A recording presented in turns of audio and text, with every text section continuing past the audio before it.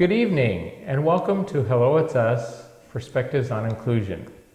This program is dedicated to educating the general public about issues that are important to people with disabilities. We hope you'll realize, though, that as you view these episodes, that those very same issues are important to all people, because people with disabilities certainly are an integral part of the general community. Hello, It's Us is brought to you through a collaboration between the University of Iowa Center for Disabilities and Development, Uptown Bill's Coffee Shop, and our good friends here at Public Access Television. My name is Mike Hoenig. I work as a program coordinator at the Center for Disabilities and Development, and I also serve as a co-host for Hello, It's Us. Keith? My name is Keith Ruff. I'm the other co-host. I did work for independent living. Now I'm retired, but I'm still a disability advocate and almost finished with my first book. Well, we're still waiting. Yeah. Hopefully it's going to be soon. Did they give you a target date yet? December. December, okay. And then it'll be merging into, all right, or emerging, I guess. All right. Well, this is our second in a two-part series on employment, this being National Disability Employment Awareness Month. And in studio with us, we have Darrel Kirby, a counselor at University Counseling Service and a generally good guy. So, Darrel, welcome back. Glad to be here. Thanks. Kirby. Go ahead. Sorry. Kirby, since the last show, I just wanted to know if your perspective on life changed when you became blind. Keith, that would be an understatement. Literally, the perspective changed, but figuratively, absolutely. My entire perspective. And I was studying psychology and biology before ever knowing anything about blindness, ever knowing that I would be blind. So I always had an interest in people and how people operate and how people work, which is still there today. But I can't say that I was a very compassionate person necessarily. I was nice, but I just don't think I had fully developed that empathy thing. And I had a lot of privilege. I was a pretty bright white male in our culture that could navigate systems pretty well and had a lot of family support and friends. And I wasn't faced with a ton of adversity. So when it happened to me, I realized how quickly the general public can treat you differently. Yes, I agree. Yeah. Suddenly the people were attributing qualities to me that weren't true. I'm less intelligent, less capable, less able to be a good partner, even able to be a good friend, which had nothing to do with whether my eyes worked or not. Amen to that. I go through that every day. And of course, your hearing got better. Of course, but yes. I still answer that question a lot of okay, I can't actually hear things better. I do pay attention to that information more because I don't get the visual stuff. But yeah. Okay. Big change in perspective. Yes, and it's why I eventually went into social work, and I wanted to help people find their voices and get connected with opportunities and believe in themselves. When I think on a day-to-day basis, what I do as a counselor for people is really believe in them, wholeheartedly believe that their lives can be better and that they can make the changes they want to make and get connected with the people and resources that are going to help them be successful. To me, it's just a very basic concept, but there's not enough of it in our culture and world, I don't think. So yeah. I can't imagine not being blind today because it sent me on a trajectory that just feels like the way it should be. And it. Okay. Yeah, that's interesting. That I think there's kind of this movement out, well, not kind of, there is a movement out there where we talk about peer support, where many times people who are maybe not trained as clinical professionals provide some support through, they receive training, and not to diagnose or not even to necessarily provide therapy, but to provide a level of support from a peer perspective. And I think it's kind of interesting that you bring both perspectives to your work every day, Darrel. I mean, you obviously have the training, but you also, even though the people that you work with probably have a different disability, or in many cases they do anyway, that you still have that commonality, that you've gone through something that, if you don't have a disability, you just can't know what it's like to have that lived experience. Yes. Well, being disabled all my life, I tell people that if I wake up the next day completely non-disabled, I will be completely lost, because I'm very comfortable with who I am. I don't think about the wheelchair. When I get up, I think about the cup of coffee. Yeah. Yeah, that's a great analogy, or a great example. And I'm sure you feel that way, Mike. Well, I have kind of another unique situation, and I know we're getting a little off of employment, but I think it is important to discuss these issues, and that I was diagnosed with cancer 3.5 years ago. Actually, it's almost 4 now. And, that's just like your blindness, Darrel. I mean, that was like a huge blow, because it is a life change, and it's an invisible situation, but, you're still thinking about your mortality and your, the medical things that you have to deal with. But I've gotten to a point where I don't certainly think about it when I get up in the morning, like, oh my gosh, I've got cancer, and what's going to happen today? I mean, it's right now it's controlled. But you're right, that does not become the center of your universe. It can't. At least for me, it can't. Because it would drive me crazy. Exactly. The interesting thing about being blind or having a disability that I hear you guys saying, it's my experience as well, and probably everyone with a disability, is we don't think about having the disability or being disabled until for me, it's either brought to my attention by someone else or I encounter a situation in my life where I cannot access a function or information that I need to access.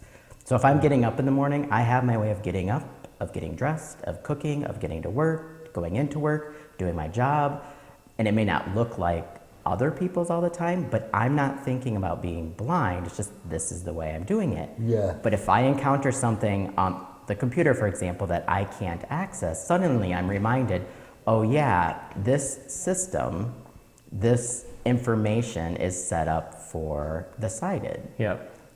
Now that raises the question of, like, where is the disability? Is it within me, or is it within the environment and within the system? Yeah, it's kind of funny. We've never talked about this either, but I run into that, and many times it's here, and the dreaded, every time one of those new compliance and qualifications thing pops up in my inbox, I'm like, uh-oh, here we go again. Then you're reminded, many times you're reminded of your being blind, although it's getting better. But, Yes. So Keith, I've never talked with you about this, but in our last episode, we were talking a little bit about our job searches, and Darrel and I both had an advantage, I guess I would say, that you didn't, in that we were doing our job searching either post ADA, or actually in my case, my first job was before the ADA was signed, but we had Section 504, and we had some laws on the books that guaranteed us equal rights. That when you started your job search, that wasn't quite the case.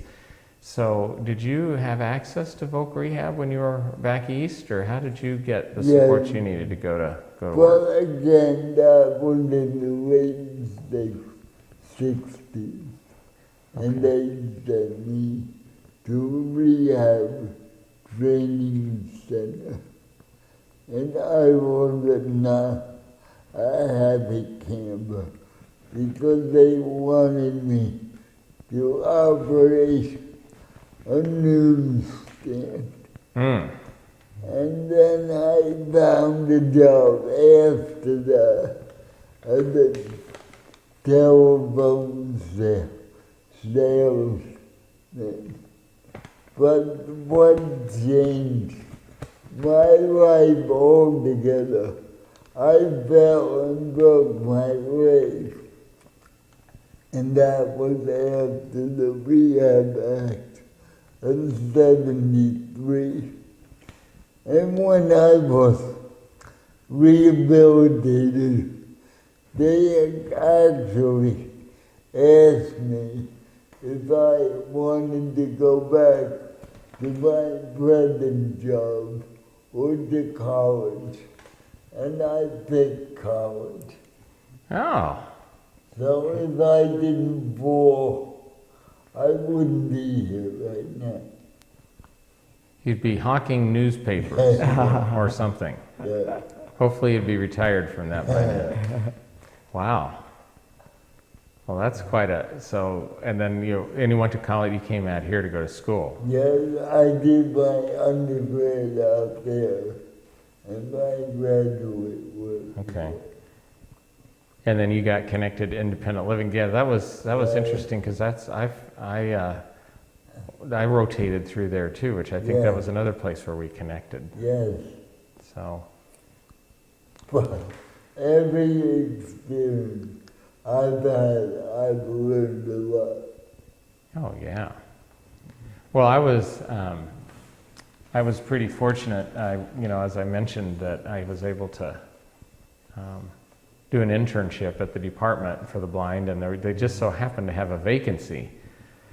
And I'm still surprised to this day that they hired me. I was so young and had so much to learn, but I had a mentor there that was in the process of retiring, and he and I went out on a week's worth of visits where we worked with his consumers. Most of them were senior blind, and it was really interesting because he did not have a counseling degree. The department at that time it's changed a little bit now, but they really weren't focused on what the person's degree was in. It was what they brought to the table in terms of their philosophy, and he did everything that the quote unquote the book in counseling said you weren't supposed to do.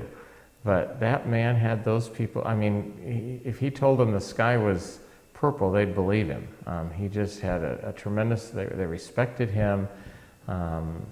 And he put in a good word for me, and I got the position. So I think, again, the whole concept, Darrel, that you talked about with networking and proving yourself, and then, as I mentioned, that similar thing happened with my position here at the university, and that as I having worked with Bob on other projects, was able to get in. But I've always been grateful. The Department for the Blind is Iowa's state vocational rehabilitation program, and they certainly helped me with a lot of my college funding, and my counselor is the person who actually suggested I go to the department to do the internship. Once I convinced him I really did not want to go into computer programming, which is what he thought I should do. So it ended up being a good partnership. So we haven't talked a lot about negative aspects of employment, and we're trying to keep this upbeat, but I would be interested in hearing if and again, this is totally up to any of the three of us here about how much we want to share, but would anyone like to comment on barriers that either you have faced or other maybe friends, colleagues with disabilities have faced in either going to work or maybe getting promoted or being treated fairly on a job? Anyone want to go there? Well, one day faced when I did get the sales job. I went to rehab to ask if they could help me find another type of work. And I was let down many times. But again, Mike and Darrel, this was in the late 60s, so they didn't have much. Yeah, so it was, the services just weren't built up Yes. to the extent that they are now. I think that I've been pretty fortunate. I do think that there were a couple of job interviews that I went on when I was already working that I wanted to change, and jobs. And I do believe the blindness entered into it. Just the fact that I just, as I look back on it, I cannot prove it, but I think they were not prepared to take on a person that would need some accommodations. But on the other hand, both at the Department for the Blind and at the university, accommodations have been great. It was a little challenging, now that I reflect, when I worked at the Center for Independent Living, because for a long time they would provide interpreters for those employees and board members who were deaf, but I was expected first as an independent living specialist and then as a program director to travel quite a bit to see consumers and go to meetings, and for the first couple years that I was there was not an accommodation other than take the bus, and sometimes it was a 2-hour trip one way, and so they did finally hire a driver who also did a lot of reading for me, because at that particular time we still were not really getting a lot of information on our computers. But that was an education process within a job where I had to really do some advocating. So You brought up an interview, and I too, Mike, have been, I guess, privileged in my own way, like with employment, and often if I'm applying for and seeking a job, I tend to get the job, which I realize that's a good thing. That is a very good thing, and I am grateful for it. And I realize it's a good thing, disability or not. It's just, it's a good thing. But there was a job that I applied for and I interviewed, and I could tell from the tone of the interview. I initiated the discussion of my blindness. Yep. It's right there. That is philosophically, that's my approach to interviewing, is that I get it out in the open and talk about it, partly so that I can also tie it up so that we actually talk about the duties of the job and the skills I bring that are somewhat independent of blindness. But I do still want people to ask questions. But during this specific interview, and I don't want to say where, but the discussion, and it was with 5-6 people, it became focused on how I would use a documentation program and things like that, which it was wonderful people, but I don't imagine that would be a conversation they would have had with an applicant that was sighted. I think that's a pretty fair assessment. Yeah, and although I introduced the topic of that, it wasn't a concern, they ran away with it, and I actually had to bring it back to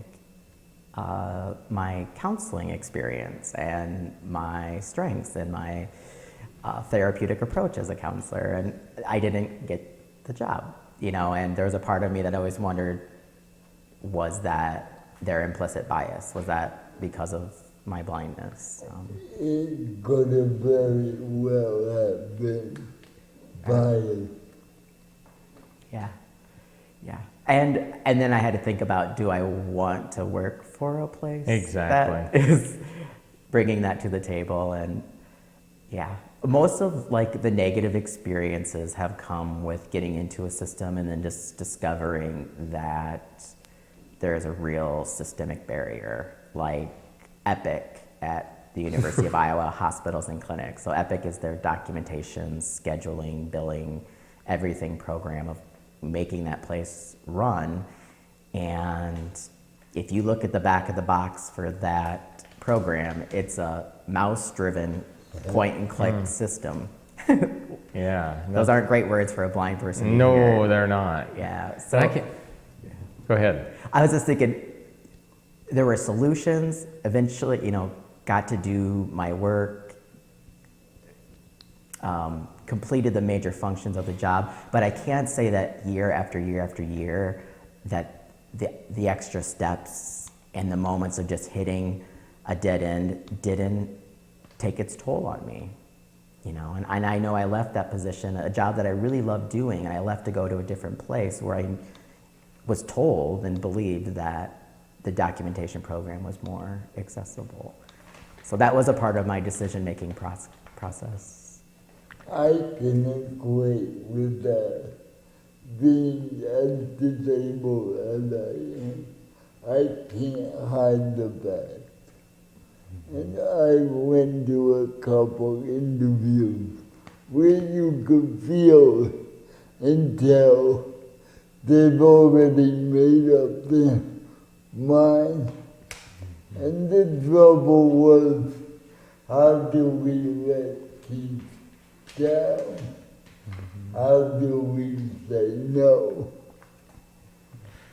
Well, I think the tough thing is, you know, I mean, I think we've all, I think sighted, non-disabled people have interviewed unsuccessfully for a position. I think the hardest thing is when you sense that your disability has an impact on whether they choose to hire you. And in many cases, you really, you know, people are savvy enough not to say that out loud, you know, so you can't really prove it unless, you know, it's blatant, and that can be really challenging. We can only hope with all the visibility since 1990, people will catch on a little more quickly than they do. Yeah. Well, you know, on somewhat of a related note, let's talk a little bit about systemic issues, Darrel, because I know you've brought that up a couple times, and, you know, it kind of ties into what you said too, Keith, about the ADA. You know, we're still facing, you know, you hear different numbers. I keep hearing in the neighborhood of 70% unemployment among people with disabilities. And I mean, I think we've all, at least the three of us, have consensus that things have gone in the right direction, and yet we still find a lot of people that are not employed. Would either of you, and I've got some thoughts too, but either of you have ideas about what it's going to ultimately take to bring that number down, and keeping in mind that it may be multiple things. But I feel, and I didn't mean to interrupt. No, I was done. Go ahead. I feel that we're going to have to press this generation coming up to be a little more aggressive and show people what they can do, not what they can't. Yep, that's very well. Maybe How do you feel, Maya Kirby? Yeah, I think, like any systemic issues, the solution lies in a variety of things.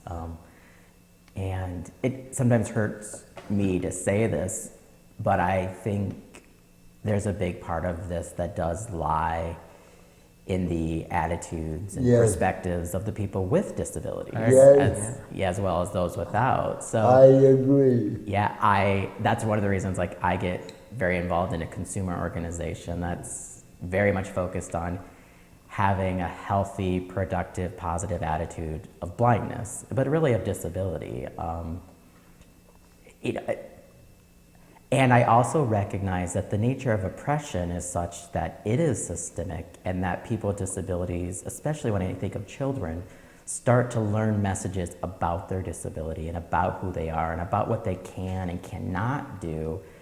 So we have to also look at, it's not that blind people have made this ultimate decision, I can't do this. Somewhere along the line, they learned that. They used to call that learned helplessness. Mm-hmm. I don't like that word very much, because I think it's oppression.